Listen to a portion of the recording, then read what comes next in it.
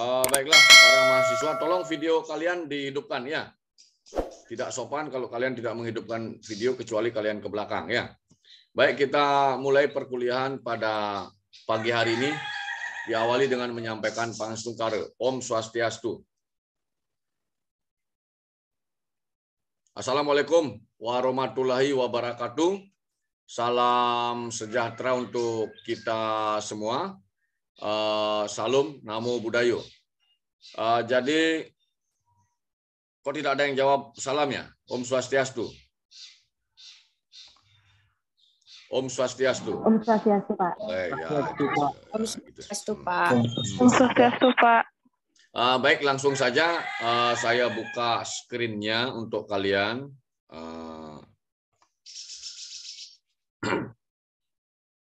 Terbaca. Terbaca, adik-adik? Terbaca, Pak. Oke, Terbaca, Pak. Sebentar, ini dia. Saya pindahkan dulu.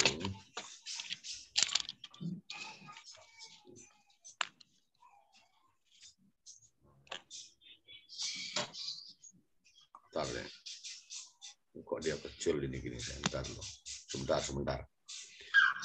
Jadi pada pagi hari ini rapel dia, pertemuan pertama, kemudian pertemuan kedua, dan kali ini online-nya yang ketiga. Jadi pada pagi hari ini saya akan bicara tentang, Anda sudah baca itu judul perkuliahan kita. Slide-nya terbaca ya? Sebentar. Ya Pak, ini Zoom nih. Ini lama enggak pakai jadinya agak trouble saya ini ya. Tadi saya bicara tentang hakikat pelayanan publik, kemudian berikutnya bagaimana peran negara dalam pelayanan publik, itu pertemuan yang kedua. Kemudian yang pertemuan ketiga kita akan membahas bagaimana paradigma pelayanan publik yang terjadi di kehidupan kita sehari-hari. Ini sebentar dulu. Ini ada yang masuk sebentar. Oke, sebentar dulu. Ini.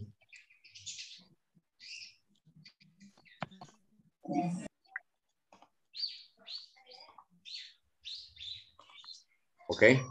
Jadi hakikat pelayanan publik, sebagaimana silakan Anda baca di PowerPoint-nya, di slide-nya ini. Kenapa Anda semua diberikan mata kuliah manajemen pelayanan publik? Jadi tentunya ini ada kaitannya dengan hakikat dari pelayanan publik sendiri, hakikat dari pelayanan publik itu sendiri. Jadi kalau kita bicara tentang hakikat pelayanan publik, yang notabene judul mata kuliah Anda itu adalah manajemen pelayanan publik.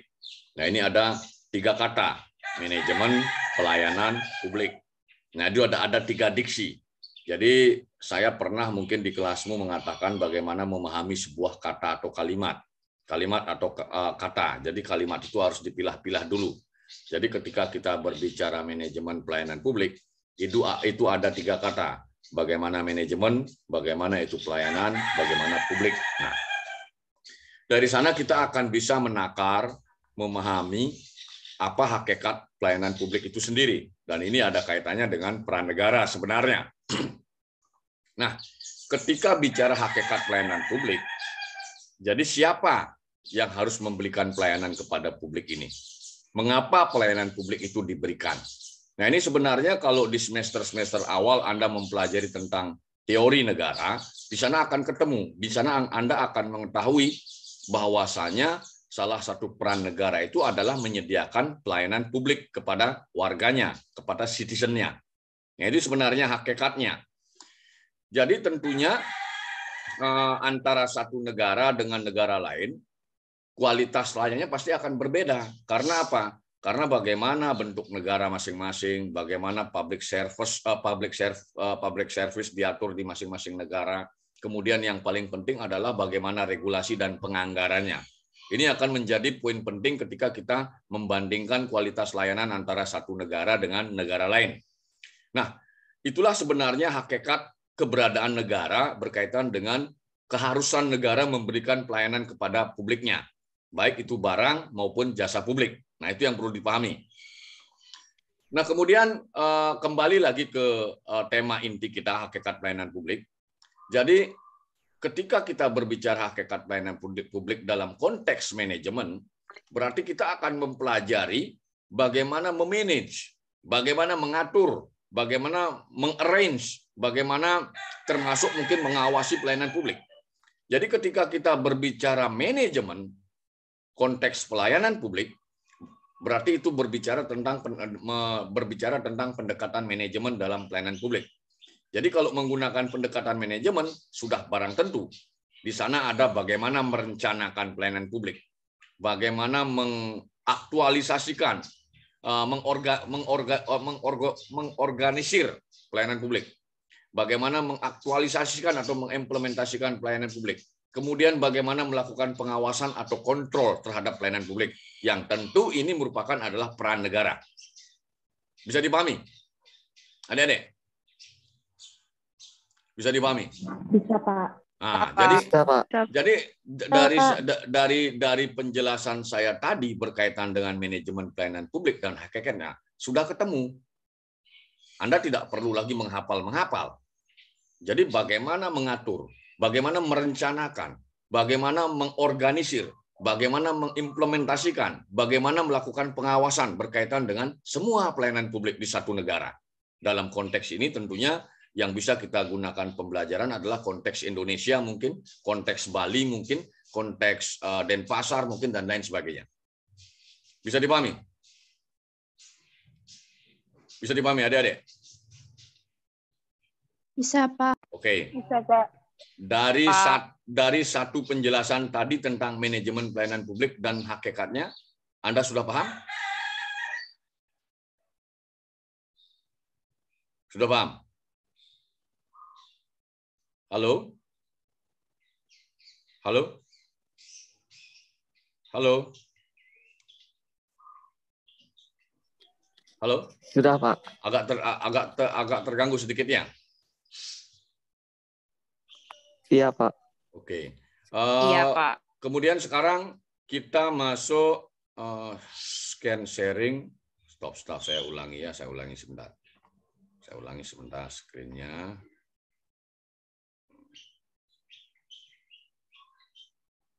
Sebentar dulu, sebentar. Something trouble, tapi sabar dulu. Biasa ya.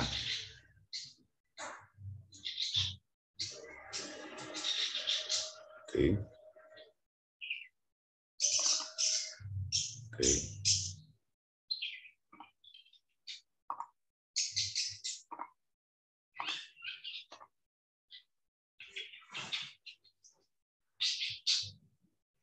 Oke, sudah terbaca screen-nya? Sudah terbaca lagi? Sudah, Pak. Oke.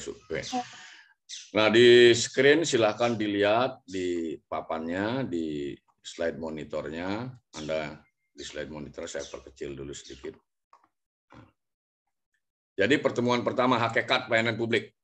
Jadi ketika tadi sudah dijelaskan bagaimana merencanakan, tentunya memberi pelayanan, tujuannya itu pelayanan publik itu memberikan kualitas layanan yang terbaik, baik itu berkaitan dengan barang maupun jasa publik yang wajib diberikan oleh negara, dalam hal ini pemerintah. Yani bagaimana harus memenuhi kualitas standar yang ditentukan.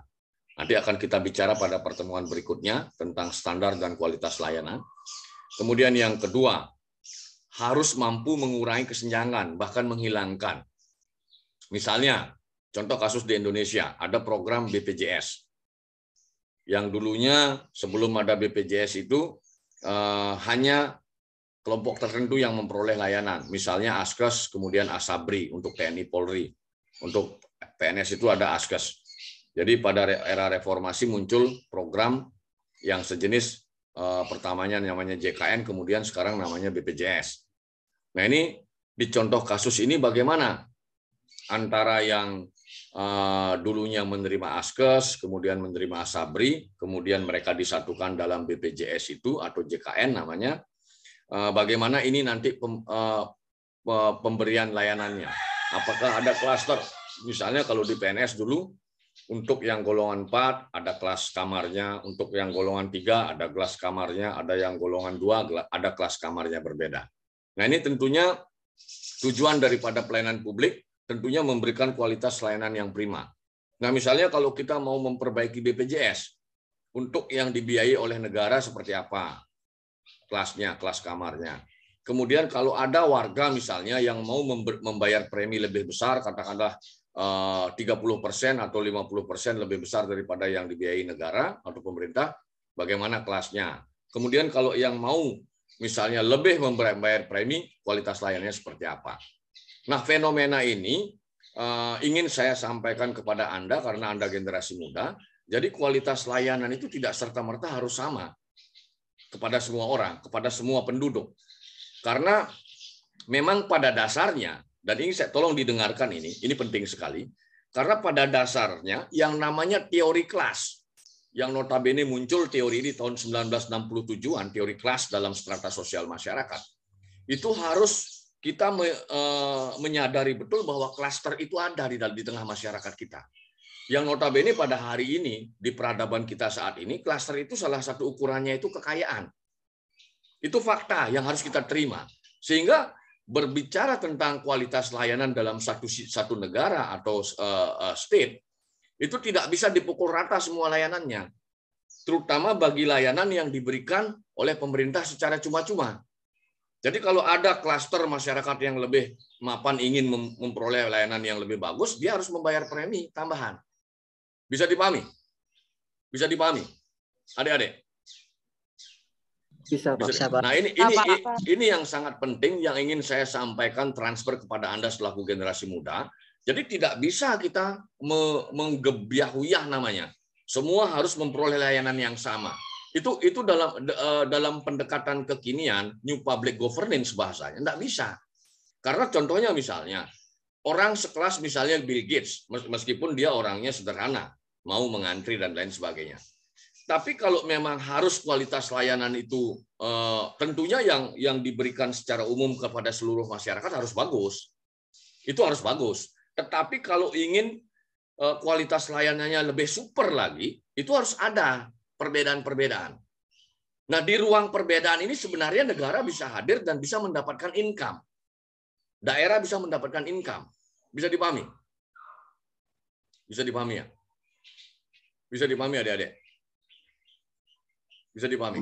Bisa, Pak. Bisa, Ya, Pak. bisa. Bisa, Nah, Pak. contoh misalnya praktek yang Bisa, Pak. Bisa, Pak. misalnya fenomena di tempat kita misalnya. Hari ini kita tidak bisa membohongin diri kita sendiri semuanya. Bahwasanya meskipun bagaimana regulasi katakanlah mensamsat kendaraan itu dibuat oleh pemerintah, berusaha untuk menghilangkan maklar, tetap saja itu ada. Iya Pak ya? Iya Pak ya? Iya kan? Jawabannya iya. Nah, misalnya, kalau dia misalnya pemerintah memberikan ruang terhadap perbedaan pelayanan tadi, katakanlah orang yang kaya tidak sempat ke kantor Samsat, dia suruh orang. Nah, dibuatkan loket yang menyuruh orang, tetapi dengan catatan ada cas tambahan di sana yang masuk ke kas daerah atau kas negara. Bisa dipahami? Bisa dipahami? Bisa dipahami? Bisa dipahami? Bisa, Pak. Nah, ini sebenarnya ruang untuk memberikan tetap layanan itu semaksimal mungkin, sebaik mungkin. Tetapi ruang bagi mereka yang tidak cukup waktu untuk melakukan itu sendiri, dibuatkan loket khusus. Nah, ini yang ingin saya katakan kepada Anda, karena Anda orang muda. Jadi jangan bertahan stagnan pada regulasi atau kebijakan yang konyol, tetapi ujung-ujungnya itu tidak menyelesaikan masalah.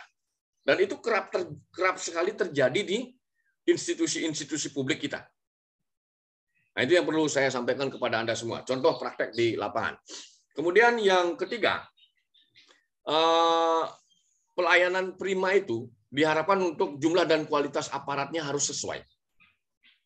Nah, ini tentunya ketika kita berbicara aparat yang bertugas di loket-loket, di institusi-institusi yang berhadapan langsung dengan publik dalam rangka memberikan layanan. Yang ingin saya katakan kepada Anda semua, Anda harus memiliki data yang akurat ketika Anda menjadi aparat. Jadi katakanlah loket imigrasi di Denpasar. Itu Anda harus bisa menghitung dalam rentang 12 bulan dari Januari sampai Februari, bagaimana fluktuasi orang mencari pelayanan keimigrasian itu. Tentunya pasti akan berbeda antara yang bulan Januari dengan Juni. Begitupun dengan bulan-bulan yang lain. Di kasus ini, saya ingin mengatakan kepada Anda semua, data itu harus Anda pegang. Jadi berapa kehadiran orang-orang ke loket imigrasi itu. Nah, dari sanalah Anda baru akan bisa menentukan, merumuskan berapa seharusnya ada loket, berapa seharusnya ada orang, bagaimana sip-sipan memberikan layanan. Bisa dipahami? Bisa dipahami? Bisa, Pak. Oke. Bisa, Jadi kata kunci di sini yang ingin saya katakan kepada Anda, data. Tentunya data ini cara pengambilannya bagus. Cara pengambilannya tepat. Kemudian data itu harus valid. Dan kelemahan institusi kita di banyak tempat, terutama di negara-negara berkembang, adalah mereka memiliki data yang masih bisa dipertanyakan validitasnya. Bisa dipahami? Bisa dipahami? Oke? Ini tolong di stressing dari catatan-catatan kritis tadi, karena ini bekal yang nantinya pasti akan Anda hadapi. Baik Anda akan bekerja di sektor publik maupun Anda bekerja di sektor privat. Jadi database tidak boleh main-main. Apapun itu. Jadi berkaitan dengan pekerjaan Anda, berkaitan dengan institusi Anda, berkaitan dengan perusahaan Anda harus memiliki database yang valid. Karena dari sanalah Anda akan bisa merumuskan, merencanakan apa yang akan Anda buat, apa yang akan dibuat oleh institusi Anda, apa yang akan dibuat oleh organisasi Anda. Bisa dipahami? Bisa dipahami? Bisa, Pak. Oke. Bisa, Pak. Bisa, Pak. Sebentar, ini ada yang masuk ya, sebentar. Oke. Nah, kemudian berkaitan dengan data tadi, ini juga kaitannya dengan semua institusi, baik itu institusi swasta, organisasi swasta maupun institusi publik. Jadi, ketika saya berbicara data tadi berkaitan dengan pelayanan publik, apapun itu, usahakan pemikiran Anda, energi Anda, coba dialihkan pertama sekali ketika Anda berbicara pekerjaan atau institusi adalah data dasar yang harus dimiliki organisasi Anda. Bisa dipahami? Bisa dipahami? Bisa, Pak. Oke. Sekali lagi saya katakan, Anda harus fanatik sama data. Anda harus bisa memastikan bahwa data yang dimiliki oleh organisasi Anda adalah data yang benar, data yang valid, dan data yang dapat dipertanggungjawabkan. Energi Anda harus Anda habiskan pertama sekali berkaitan dengan fokus perhatian terhadap data. Oke? Nah, itu yang berkaitan dengan hakikat, tambahan penjelasan tentang hakikat pelayanan publik. Kemudian pelayanan publik, segala bentuk jasa pelayanan. Baik dalam bentuk barang publik maupun jasa publik. Contohnya apa? Barang publik misalnya, pemerintah daerah misalnya membangun stadion, membangun jalan raya, itu barang-barang publik. Kemudian jasa, kebanyakan jasanya itu jasa pelayanan administrasi. Sebagaimana Pak Agus katakan, jasa pelayanan administrasi kependudukan, jasa pelayanan administrasi keimigrasian, jasa pelayanan apa lagi selain administrasi kependudukan pelayanan. Banyak lagi hal-hal yang berkaitan dengan pelayanan administrasi yang disediakan oleh pemerintah. Itu contoh konkretnya yang pada prinsipnya menjadi tanggung jawab dan dilaksanakan oleh instansi pemerintah di pusat, di daerah, dan lingkungan badan usaha milik negara dan badan usaha milik daerah dalam rangka upaya pemenuhan kebutuhan masyarakat maupun dalam rangka pelaksanaan ketentuan peraturan perundang-undangan. Contohnya misalnya kalau barang publik sembako. Sembako itu memang harus dikendalikan oleh negara. Karena apabila itu tidak dikendalikan dengan bagus, seperti fenomena beberapa minggu, beberapa belakangan ini, contohnya minyak goreng, menjadi masalah yang hingga hari ini masih sulit diselesaikan. Itu contoh-contoh barang publik yang harus dibantu penyediaannya oleh pemerintah. Sampai di sini ada yang kalian tanyakan? Silakan. Silakan. Ada yang ingin bertanya? Silakan. Adik-adik? Mahasiswa? Belum ada, Pak. Belum ada, lanjut ya. Baik, saya lanjutkan. Kemudian pengertian pelayanan publik tadi sudah saya jelaskan. Segala kegiatan yang dilakukan oleh penyelenggara pelayanan publik sebagai upaya pemenuhan kebutuhan penerima layanan dan pelaksananya didasari oleh ketentuan perundangan. Ya, itu dia.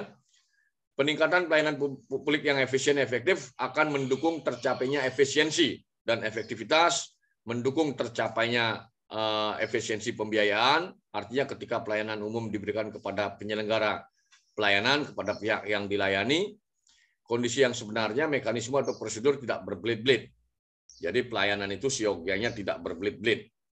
Karena pada dasarnya semua masyarakat, warga negara datang ke kantor-kantor pemerintah itu ingin menyelesaikan masalah. Jadi kalau misalnya justru dia tidak memperoleh penyelesaian masalah, itu tentunya menjadi PR besar kepada para penyelenggara negara. Berikutnya, peningkatan pelayanan, penyelenggaraan pelayanan publik, ada instansi pemerintah yang terbagi dalam unit-unit.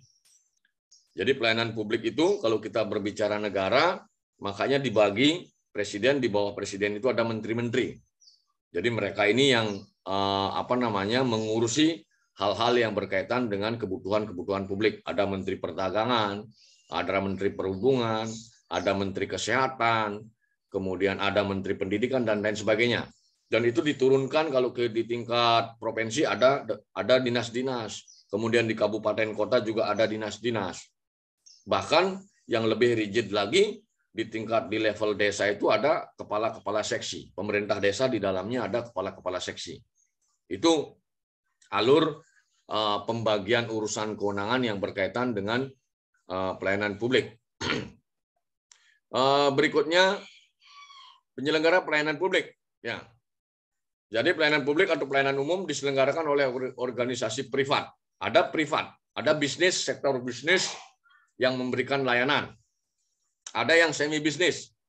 Misalnya kalau yang pure bisnis murni pelayanan publik itu tentunya perusahaan-perusahaan swasta. Contohnya misalnya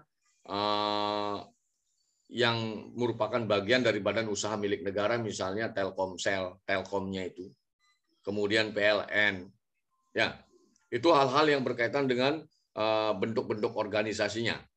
Jadi ada yang pure institusi publik, ada yang semi publik bisnis, ada yang pure bisnis. Ya. Kemudian pelayanan publik atau pelayanan yang diselenggarakan oleh organisasi publik. Nah, ini organisasi publik apa saja? Ada pelayanan primer, bentuk barang jasanya itu, ada yang sekunder. Ya, itu yang paling cermati. Jadi kalau yang primer misalnya di kantor keimigrasian, kemudian pelayanan di dalam rumah tahanan, ya, kemudian ada pelayanan perizinan dan lain sebagainya. Sekunder segala bentuk penyediaan barang publik yang diselenggarakan oleh pemerintah, tetapi di dalamnya pengguna klaim tidak harus mempergunakan karena ada beberapa penyelenggara pelayanan. Nah ini yang sekunder. Sekunder itu misalnya pelayanan perhubungan. Ada kapal ASDP di Ketapang Gilimanuk itu ada kapal milik BUMN, tetapi ada kapal feri yang murni milik swasta. Demikian juga misalnya di darat, ada pelayanan transportasi darat. Ada bis Damri murni milik pemerintah. Ada bis-bis swasta, misalnya Gunung Harta, Lorena, dan lain sebagainya. Itu yang sekunder. Ya. Itu yang paling perlu kalian cermati. Kemudian pelayanan publik. Suatu proses penerapan ilmu dan seni menyusun rencana. Tadi yang Pak Agus katakan. Rencana, mengimplementasikan, kemudian mengimplementasikan rencana, kemudian mengkoordinasikan. Itu yang Pak Agus jelaskan di awal tadi. Ya. Silakan nanti slide-nya dibaca. Berikutnya ini yang berkaitan dengan pertemuan kedua. Bagaimana peran negara? Ya, bagaimana peran negara dalam pelayanan publik? Apakah dia sebagai anjing penjaga? Ini bukan maksud hal yang negatif, tetapi menganalogikan sebagai anjing penjaga, dia hanya menjaga saja. Kemudian apakah negara itu sebagai institusi yang memberikan welfare state? Nah, jadi kalau dia sebagai anjing penjaga, berarti dia hanya mengurus tentang keamanan dan ketertiban penduduk saja. Jadi hal-hal di luar itu dilakukan oleh privat atau swasta. Tetapi kalau dia sebagai welfare state, dia berupaya selalu melakukan intervensi, selalu melakukan pengawasan berkaitan dengan apapun yang menjadi kebutuhan publik, baik itu barang maupun jasa. Bisa dipahami? Bisa dipahami? Bisa, Pak. Bisa, Pak. Jadi ada peran negara itu dalam peradaban manusia ada dua modelnya. Dia sebagai anjing penjaga saja, dia hanya menjaga keamanan, ketertiban, itu biasanya dilakukan oleh institusinya kepolisian dan tentara itu. Tetapi dia model negara yang kedua adalah dia welfare state. Jadi dia mengintervensi banyak. Jadi negara dengan berbagai regulasinya berupaya untuk mengawasi, mengatur semua kebutuhan barang dan jasa yang dibutuhkan publik. Nah, kalau kita melihat negara kita, dia sebenarnya negara yang modelnya itu, arahnya itu welfare state. Bisa dipahami? Bisa dipahami? Adik-adik. Nah, jadi kalau kita melihat fenomena sekarang, misalnya dengan kasus minyak goreng ini, tentunya seharusnya kejadian ini tidak terjadi apabila intervensi negara itu kuat terhadap bagaimana produksi kemudian distribusi minyak goreng di tempat kita ini. Nah, bahasanya terakhir kita baca di media, seorang menteri perdagangan itu menyerah menghadapi kartel minyak goreng di negeri ini. Itu baru satu bahan pokok loh. Belum kita bicara gula, belum kita bicara misalnya beras, belum kita bicara hal-hal lain yang berkaitan dengan 9 bahan pokok itu. Jadi menghadapi satu kartel minyak goreng saja, seorang menteri yang pasukannya banyak itu menyerah. Nah, ini menjadi PR besar bagi Anda semua, generasi muda, jangan sampai ke depannya itu hal-hal yang seperti ini bisa terjadi. Kenapa demikian? Karena jabatan selevel menteri itu sebenarnya mempunyai power yang sangat kuat sekali. Sebenarnya dia kalau menggunakan sekuat dia menggunakan power kewenangannya itu sesuai dengan kewenangan yang diberikan itu sebenarnya tidak perlu terjadi hal itu. Dan kita ketahui harganya itu hari ini bisa dikatakan naik sampai di kisaran 60-70% harganya minyak goreng itu per liternya. Bisa dipahami? Ya, itu PR besar untuk Anda anak-anak milenial. Ya. Sampai di sini ada yang ingin kalian tanyakan? Silakan. Saya, Pak. Ya, silakan. Namamu siapa, Nak? Namamu siapa? Sebelumnya perkenalkan, nama saya Nikita Sandewi, NPM belakang saya 016. Ya. Mohon maaf kalau misalnya agak mundur kembali ke pelayanan publik. Ya. Jadi tadi kan Bapak sempat menyebutkan tentang teori kelas, di mana untuk yang memang tidak bisa mengurus administrasi itu memang dibuatkan loket khusus seperti itu. Yang saya pertanyakan itu, apakah dengan membuatkan loket itu tuh bagaimana ya? Gini loh Pak pertanyaannya. Kan saya dulu sempat mengurus KTP, itu sempat dibuat lama, jadi sering bolak-balik sampai akhirnya saya sudah menuju ke pusatnya langsung juga tetap seperti itu. Banyak alasan katanya masih ada bahan-bahan yang kurang seperti itu. Tetapi ketika saya menggunakan calo, sebulan setelahnya itu langsung jadi, Pak. Apakah itu masuk ke teori kelas yang Bapak bilang, atau apakah itu merupakan penyakit dalam pelayanan? Oke. Pertanyaannya ke Tuswan Dewi itu bagus. Jadi potret pelayanan kita itu seperti itu memang. Nah, itu potretnya memang kalau kita bicara patologi birokrasi, inilah sebenarnya yang saya katakan, ada banyak penyakit birokrasi tidak hanya di Indonesia, tapi umumnya di negara-negara berkembang. Jadi kalau kita tidak selesaikan satu persatu patologi birokrasi itu, dia akan begini-begini terus. Artinya tidak berkesudahan. Pertanyaannya hanya orang konyol, hanya keledai dungu saja yang mau melakukan pengulangan-pengulangan konyol ini. Anda sebagai generasi muda, mudah-mudahan ada yang menjadi pejabat nanti. Fenomena itulah yang Pak Agus katakan tadi. Fakta di lapangan, dimanapun itu, di kelompok manapun itu, entah di Bangli, entah di New Zealand, entah di Nederland, itu dalam komunitas itu pasti ada klaster teori kelas itu. Itu loh. Kemudian di samping ada teori kelas, di sana ada institusi publik, pemerintah yang memberikan pelayanan kepada masyarakatnya itu. Nah, kalau itu tidak menggunakan loket-loket sebagaimana teori kelas adanya, sebagaimana kelas manusia, ya birokrasi itu akan terus bermain. Misalnya, apabila ada aturan di negeri ini, katakanlah penyelesaian KTP atau keimigrasian misalnya, jadi ada dibuat regulasi, karena peraturan itu kan yang buat manusia.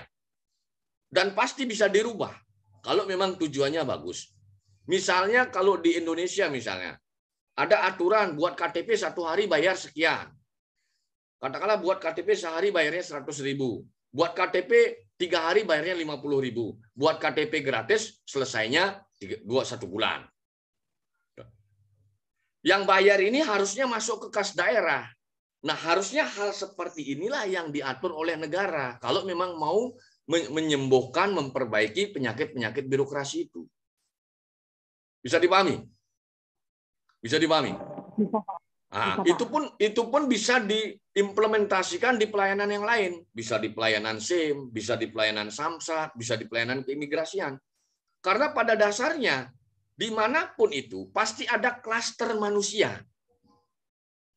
Bisa dipahami? Tapi dengan catatan, kualitas atau standar layanan yang paling bawah diusahakan sebagus mungkin. Bisa dipahami?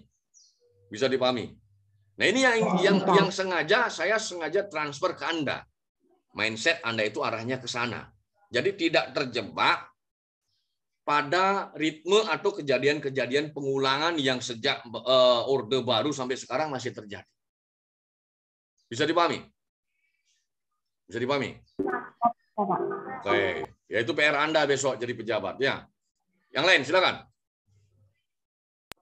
Saya, Pak. Ya, namamu siapa, Nak?